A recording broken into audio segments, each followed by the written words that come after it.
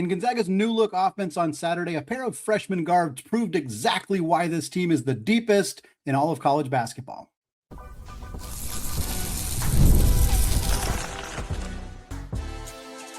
You are Locked On Zags, your daily podcast on the Gonzaga Bulldogs. Part of the Locked On Podcast Network, your team every day.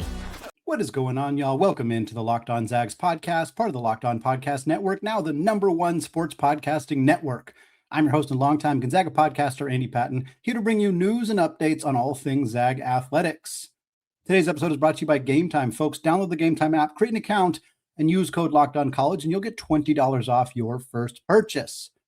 Well, the Zags have moved up one spot in the latest AP poll, their sixth straight week being inside the top 10, a pair of road wins last week. They also moved up in the net rankings because of that as well. We'll talk about that. We'll also talk about a very nice week for the Gonzaga women's team, a pair of wins. They have been on a torrid stretch over the last couple of weeks. We'll talk about that, what it means for them with a big game coming up on Thursday. But first, want to kind of spend a little bit more time talking about something that we saw on Saturday night in Gonzaga's 21-point win over the Seattle Redhawks at the Climate Pledge Arena, obviously without both Graham Ike and Braden Huff in that game. And as such, because Gonzaga's offense is predicated on funneling the ball down low to either Ike or Huff, and without either of them playing, they had to run a different offense. And in a very short period of time, following the Gonzaga's win over Washington State on Thursday night and Gonzaga's game against Seattle U about 48 hours later, Gonzaga made the decision to not play Graham Ike in that game on Saturday to rest his ankle. He kind of tweaked the ankle towards the end of the game against Washington State. It's unclear when the decision was made to sit him out for the game against Seattle U. But from whenever that decision was made, Gonzaga had to make the decision to then run a different offense. They're not going to just, pass the ball down low to Ismaila Diani or Jalen Worley. That's not either of those players' particular strengths. The offense does not revolve around them handling the ball, down around the rim. That's just not how this offense is ever going to operate with those guys on the floor. So they had to make a decision, and they had to make a change on how they wanted to operate the offense. So what I want to do is kind of take a look at what we saw from that specific change and how they ran the offense and what it means for Gonzaga going forward. With the caveat being that while we know Braden Huff is going to be out pretty much at least a month from now, the earliest he would likely return is in mid-February, whereas the latest he would return, according to the timeline given, is around the start of the NCAA tournament. Like, he could very much miss the rest of the regular season and the West Coast Conference tournament. Any level of a setback could put him in a position to miss the entire rest of the year. Gonzaga has to be prepared for a reality where Braden Huff plays very little, if at all, for the rest of the season. Now, that's not true of Graham Ike. Graham Ike is listed as day-to-day with general ankle soreness. I don't know how confident the staff would have been in playing him at all. On Saturday, they made the decision to sit him out. He did have a walking boot on his foot, but at this point, he is day-to-day. Gonzaga will play Pepperdine on Wednesday at home in Spokane. At this point, I'd be pretty surprised if Graham Ike played in that game. There does not seem to be any reason to play him if he's anything less than 100%, and it seems unlikely to me that coming off of a day where he was in a walking boot, and again, a day where they chose not to play him against a team that had nearly beat them the last time they played, if Graham could have gone in that game, they would have played him. And the fact that they didn't makes me think that he will not be 100% on Wednesday. He might be 75, he might be 80, he might be good enough that if they were playing St. Mary's or even San Francisco, who they're playing on Saturday, they might have had him go, but I don't see any reason to play him against Pepperdine on Wednesday. So that's my guess, is he won't play in that game. TBD on whether he will play on Saturday's game against the Dons of San Francisco. But it means that we're likely going to have at least one more game with Ismaila Diani and Jalen Worley as your starting bigs, and a lot of lineups that include four different guys who are 6'7" and nobody who is taller than that on the floor. So what we saw Gonzaga do with that lineup was a lot more side-to-side ball screen actions, a lot more driving towards the cup, a lot less just getting the ball down low and then relocating around the perimeter and letting Graham or letting Braden go to work. And there are certain players that really benefited from this new look offense and a few players who maybe didn't benefit. So again, without knowing how much more this lineup's going to be played, because it's worth pointing out, even when EK returns, he's not going to play 40 minutes a night. So there are going to be times when he is on the bench, either because he's just getting a rest or he's in foul trouble, or if the ankle's at all bothering him, where they are still running with these small ball lineups. Either Diani's on the floor and it's 4 guards around him, or it's a 5-guard lineup with Worley and Tyon effectively playing the 5 and the 4. Those lineups are going to happen again this year. And if they do that, or when they do that, I think the biggest beneficiary for Gonzaga is freshman guard Mario Saint-Supery. And we saw that on Saturday. Saint-Supery scored a season high, 20 points, career high, as a college basketball player, of course, 20 points in that game. He made 3 2-point field goals, which ties for the second most that he has made all season long. He also went 4 of 6 from 3. I don't know that Gonzaga's new offense means he's going to start banging threes at a super high clip, although he will probably get a higher volume of 3-point attempts just simply by the fact that he's going to be relied upon to score the basketball more than he was when both EK and Huff were healthy. But the main benefit is that he thrives in this ball screen offense. Him and Braden Smith are both good pick and roll navigators, but Smith is really good at coming off the pick and roll and looking to make the pass either to a cutting big, or what we've seen Smith really excel at is getting that ball to Braden Huff on that short roll, which is that little like 11, 12 foot push shot that Huff is just seems to make 85% of the time. On that roll, on that shot that Huff makes a couple of times a game, it feels like Smith is the person who got him the ball well more than half the time. That is the play that those two run extremely well. Whereas Mario, while he's obviously a very gifted passer, his ability to break down a defense coming off of a pick and roll and make the smart read, whether that's pulling up for a mid-range jumper, whether that's getting all the way to the rim, whether that's swinging it around to the weak side where the defense is maybe oversharing or playing on the strong side, whether that's making a pass on a pick and roll or a pick and pop. Mario excels at this, and we saw that in this game on Saturday. Obviously, he knocked down all those threes in the second half. That was a big part of his performance. He did have some turnover issues, particularly early in the game when a lot of Gonzaga's turnovers happened because they were still adjusting to an offense that they'd presumably learned less than 24 hours previously and were trying to put in play against a top 75 team on the road. That's a difficult task for anybody. But once Gonzaga settled in and got comfortable, it was very clear that Mario's play and his play style fit this system extremely well. Another major benefactor for Gonzaga will be Davis Fogle. Davis Fogle is a benefit. He benefits more for playing more. Obviously, he's going to get a role because Tyon's going to play more at the 4, and there's going to be minutes opening up at the 3. And I think Davis Fogle clearly proved by playing, I think he played 13, 14 minutes. I think he played more than that actually in that game. He scored 13 points. I think he played 22, 23 minutes in that game against Seattle on Saturday, and he had 13 points. He was 6 of 9 from the field. He has 3 steals in that game, 6 rebounds. He looked great. And Fogle excels as a mid-range scorer. He excels at getting to his spots, putting the ball on the deck, getting where he wants to go, rising up and knocking down a mid-range jump shot. That doesn't really fit in Gonzaga's current heavily, post-driven offense. It's part of the reason that he's been difficult to play outside of garbage time when, guess what, EK and Huff are not on the floor. That doesn't mean that there's not a spot for Davis Fogle, even when EK and Huff are back. I think there very clearly is a spot for him. But right now with Huff out and EK potentially on the shelf, at least for a game, if not for, periodically for the next couple of weeks, Fogle's going to shine because the more space he has to operate, the more space he has to drive and get to his spots, he's going to excel at that. And we saw that on Saturday. I mean, we saw exactly what he's capable of being, not just in a 70-point win over Southern Utah or a 55-point win over North Florida. We saw what he's capable of doing against a top 75 defense on a road floor while playing within the scope of Gonzaga's offense. Again, a new look offense, but within that role. It was great to see. I was incredibly encouraged by what Davis Fogle did in that game. And I think anybody who watched that game was too, because he was great defensively. He was hustling. He was playing within the scope of what they wanted him to do offensively. And he can hunt for his own shot when you're missing 2 leading scorers are both on the bench. You need somebody who's going to go out there and get a bucket. That is Davis Fogle. That is also Tyon Grant-Foster. And he is another player who benefits from this change. He was not great on Saturday night, he was fine. He was fine. He just wasn't exactly great in this game. But I think ultimately one of the big things, one of the big frustrations we've seen from Grant Foster this year has been him driving directly into traffic, him driving into the trees down low. He drives into Graham Ike, into Braden Huff, into their defender, and now he's trying to score basically over 3 or 4 different players. When the trees aren't there, when there's nobody down low, he can thrive.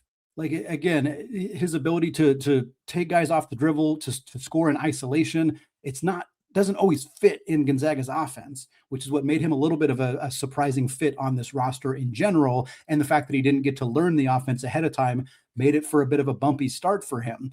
But now this type of offense that's going to rely more on dribble drives and pick and roll actions is going to really help Grant Foster thrive. And I think we're going to see even better games from him ahead as long as Huff is out. Worley also benefits, but not really. Worley's benefit is pretty simple. He's just going to play more. His actual role doesn't change all that much because his role has already been everything.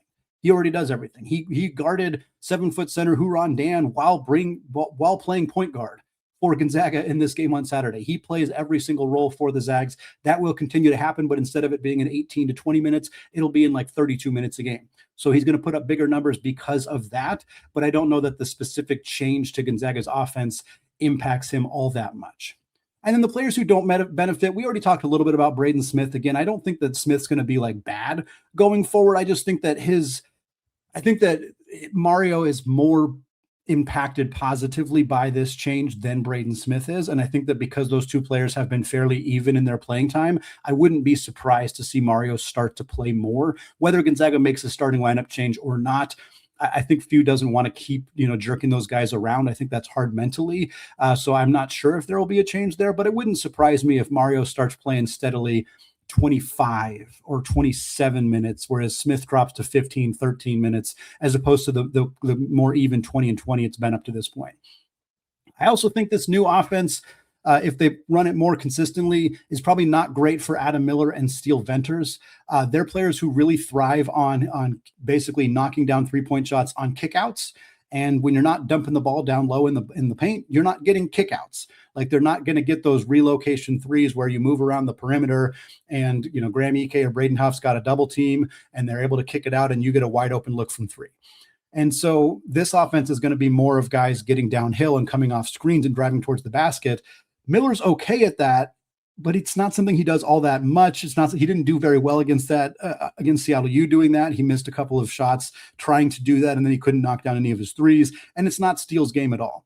Again, I don't think these guys are going to become unplayable by any stretch, but I do think that their shot diet has been predicated on how Gonzaga runs their offense through the bigs. And with that change, I think that hurts them more than it helps some of the other players on this roster. And then since he's the only player I haven't mentioned in the rotation, I think none of this has a huge impact on Emmanuel Inocente. He's a decent three-point shooter. He likes to drive to the basket, but he's not particularly great at either of those things. His success is on defense, and that won't really change. His role doesn't seem like it's going to be significantly impacted by this new look offense that Gonzaga is going to toss out there throughout the season, while Huff's on the shelf and potentially while Ike is not on the floor as well. Well, folks, Gonzaga moved up in both the AP and the net rankings this week, even without Braden Huff. We're going to break it down. We're going to talk about what it means for Gonzaga going forward as Selection Sunday is just about 2 months away. All that coming up here in just a second. But first, folks, there's nothing like college basketball season. The madness, the packed arenas, and being right there in the middle of all of the energy, the bands playing, the moments that you remember forever. But actually getting tickets, that used to be the most frustrating part. You'd have long queues, you'd have login issues, you'd have prices that jump at checkout. And that's why Game Time gives the advantage back to you, the fans. It's the easiest way to unlock amazing tickets in just a few taps. The app is super easy to use. I went from browsing to buying tickets in just a couple of minutes, and their zone deals stand out. You pick the section, Game Time picks the seats, and you save even more money. Gonzaga's going to Corvallis to take on Oregon State on February 7th. Right now, tickets at the Gill Coliseum, you can get them for just $43 a piece. So folks, take the guesswork out of buying tickets by using Game Time. Download the Game Time app, create an account, and use code LOCKEDONCollege, and you'll get $20 off your first purchase. Terms apply. Again, that's code LOCKEDONCollege for $20 off. Download the Game Time app today. All right, folks, segment 2, still Andy Patton, still Locked On Zags podcast, still part of the Locked On Podcast Network, your team every day. And we're talking Gonzaga's resume and their standing in the AP poll as it came out on Monday morning. The Zags moved up one spot from number 9 to number 8 in the updated AP poll, 6th straight week for Gonzaga being inside the top 10 of the AP top 25. And look, Gonzaga's move up doesn't really have anything to do with Gonzaga. Yes, the Zags picked up a pair of 20-point road wins in conference play. Yes, they did it without Braden Huff. Yes, they did it on Saturday without Braden Huff and Graham Ike. Yes, they should be rewarded for that, even though the national media certainly does not respect Washington State or Seattle. They certainly don't respect Seattle at the level they should. They probably actually over-respect Washington State for how they have played this season. But the reason Gonzaga moved up is because Iowa State lost 2 games in a row. Iowa State, who was at number 2 in the AP poll, who had not lost this entire season, got blown out by Kansas at the Fogle. And that's not a good loss because Kansas is pretty mediocre this year. But Kansas was playing with their superstar freshman, Darren Peterson, and it was a road loss against a borderline top 25 team in Kansas. That's fine. Iowa State probably would have only moved down a couple of spots, maybe to 5th, maybe to 6th, had that been it. But then they went to Cincinnati, the Bearcats, who I believe had just 3 power conference wins going into that game, a team that is nowhere close to being an NCAA tournament team and probably won't finish in the top 10 of the Big 12. And Cincinnati put it on Iowa State. It was only a 9-point win, but Iowa State didn't really ever feel particularly competitive in that game. A nice win for Wes Miller and Cincinnati, but a major loss for Iowa State that dropped them from number 2 all the way to number 9. So that means teams 3 through 9 all moved up to 2 through 8, and there's no other movement. Those guys all moved up one spot. UConn, Michigan, Purdue, Duke, Houston, Nebraska, and Gonzaga all moved up one spot. That's why Gonzaga goes from number 9 to number 8. It was determined that Iowa State's resume is slightly worse than Gonzaga's with those 2 losses, so that's why the Zags get that one spot jump. Arizona remains at number 1. Iowa State, of course, now at number 9, and then Michigan State rounds out the top 10 at number 10. And this kind of is right in line with where the computer models have Gonzaga right now. KenPom has Gonzaga number 6th, ahead of UConn and Nebraska, who are ahead of them in the AP poll. The net has Gonzaga number 4. We'll talk about that in a second. That means that they are higher in the net than Purdue, UConn, Houston, and Nebraska, who are all ahead of them in the AP. Evan Miyakawa, his website has Gonzaga at number 9, same as the AP, or right below where the AP voters have them, only ahead of Nebraska among teams that are ahead of Gonzaga. And then Torvik has Gonzaga at number 10, still ahead of Duke and Nebraska. There are 4 teams currently in the top 10 at KenPom in both adjusted offensive and adjusted defensive efficiency. Gonzaga is among those 4 teams. They have been hovering around the top 10 in both categories all year long. And right now they're number 8th in offense, number 9th in defense. That puts them in the top 10 in both, alongside Arizona, who is 6th and 3rd, respectively, Michigan, who is 5th and 2nd, and Duke, who is 9th and 5th.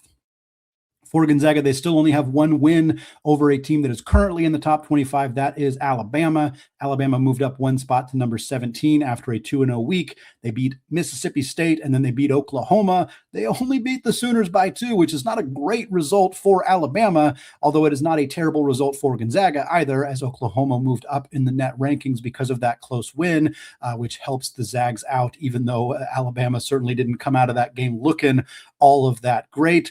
The only other team that Gonzaga has played this year that got any votes in the top 25 was Kentucky. Kentucky didn't get any votes last week, but this week they went 2-0, and it was not pretty. They went 2-0. They were down 18 points in the second half against LSU, came back and won on a ridiculous jump shot from Malachi Moreno. They were down 17 points against Tennessee at Tennessee, who the Vols were ranked number 24 at the time, and Kentucky stormed all the way back and won that game in the closing seconds as well, this time on a block from Malachi Moreno. Very strange how these 2 games went quite similarly down the stretch for Mark Pope and the Wildcats, but now they picked up 27 votes, so still not super close to being in the top 25, but moving in the right direction. St. Mary's still got 5 votes in the AP Top 25. A little bit surprising after their loss on the road to Santa Clara. The Gales now 17-3 overall. They're still 32nd at KenPom, and had they not lost to Boise State, I think they would have eventually gotten into the top 25, but they're not going to be a top 25 team now, even with, it's not a bad loss to Santa Clara. In fact, they actually moved up 2 spots in the net from last week to this week, even with the loss, but still not in a position to get back into the top 25 for the Gales at this point. Zags, of course, 19-1 overall. Breaking down their record by quad, they're 3-1 in quad 1 games. Their quad 1 wins being Bama, Kentucky, and UCLA, with their loss, of course, being Michigan. 5-0 in quad 2, that's Oklahoma, Creighton, Arizona State, and then Santa Clara, and the road win over Seattle from Saturday is a quad 2 win for Gonzaga. So again, 21-point win in a quad 2 game is certainly going to help. Part of the reason the Gonzaga went from 6th to 4th in the net this week. Really nice jump for Gonzaga, by the way. They picked up the quad 2 win over Seattle and a quad 3 win over Wazoo, puts them 5-0 in quad 3 games, with Oregon, Maryland, Washington State, San Diego, and the home game over Seattle being quad 3. And then the rest of the games are quad 4. That includes now their home win over LMU, which seemed pretty safe as a quad 3, but LMU has really struggled, and that is now just a quad 4 game. I think it'll end up being a quad 3. LMU is right on the borderline, and I think they'll do enough in conference play to make that a quad 3, but it's a little bit of a bummer that right now that's even in question for the Lions, who started the season out 6-0 in non-conference play. And then, of course, for Gonzaga, they still have 3 quad 1 games remaining, both games against St. Mary's and the road game to Santa Clara. However, St. Mary's is right on the border of being a quad 1 game at home for Gonzaga, so it's possible that ends up being a quad 2 game. Their one quad 2 game remaining as of now is that road trip to San Francisco, who they will play at the Chase Center. They have 5 quad 3 games remaining. San Francisco at home, at Portland, at Oregon State, home against Washington State, and home against Pacific. And then their 2 quad 4 games, one of them this week at home against Pepperdine, the other being their home game against the Portland Pilots. And then, of course, they'll likely get some combination of a quad 2 and a quad 1 game in the WCC tournament to round out their resume before Selection Sunday, which is about 2 months from today. Well, folks, after a 3-4 start to the season, the Zag women are on an 11-2 run over their last 13 games. That includes a 6-1 start to conference play and 2 wins last week. We're going to talk about those results, what it means for the Lady Zags as they take on the number 1 team in the conference on Thursday. All that coming up here in just a second.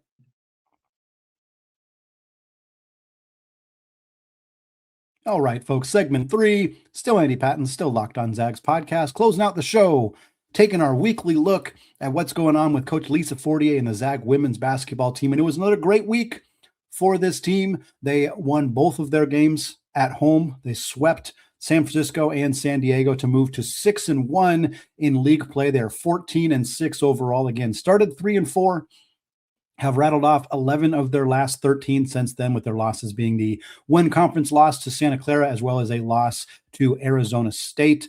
They're now tied for first in the West Coast Conference with the Oregon State Beavers, both teams 6-1, and Santa Clara is a half game back at 6-2. So tight three-team battle at the top of the WCC between those 3. But we're going to find out more about who is going to separate themselves, because Gonzaga is playing Oregon State on Thursday at the Gill Coliseum, a road trip for Coach Lisa Fortier's team to go take on Oregon State. We'll talk about that game in a second, but first, I want to talk about what they did on the floor this past week at the McCarthy Athletic Center. Picked up a 82-69 win over the Dons of San Francisco on Thursday. Took a dominant fourth quarter run to put this game away. They were up 4 points at halftime. They were up just 3 points at the end of the third quarter, but ended up outscoring the Dons 25-15 in the final frame. And who else but superstar redshirt freshman Lauren Whittaker led the way. In fact, it was a 2-player battle between Whittaker and Allie Turner.